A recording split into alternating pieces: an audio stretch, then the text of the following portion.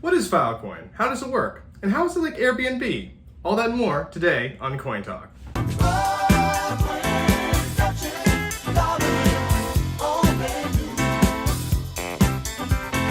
Hi and welcome to Coin Talk.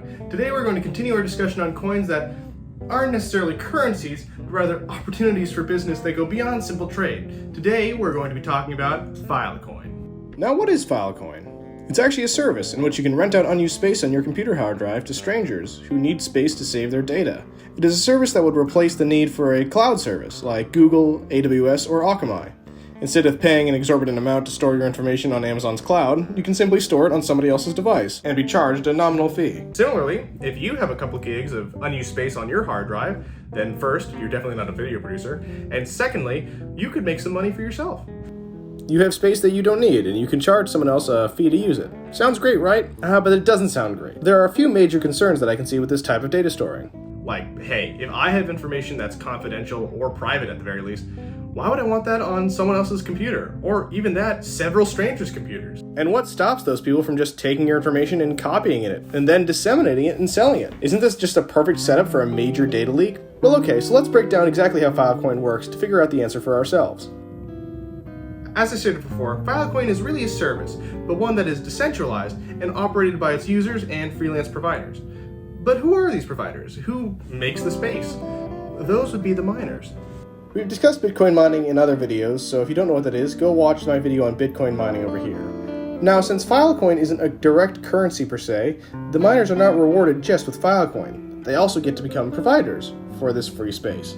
Also, unlike Bitcoin, miners are not responsible for solving a math problem, proving how much computational power they have. Instead, they have to submit what's called a proof of space-time, essentially proving that they have the space and have stored the data for the agreed amount of time. Clients then spend Filecoin to store and retrieve their data. Think of it less like mining for gold, but exploring for undiscovered land. When you find some free space, you have to prove that you found it, and you're allowed to put up some condos and rent those out. And that's essentially how Filecoin works.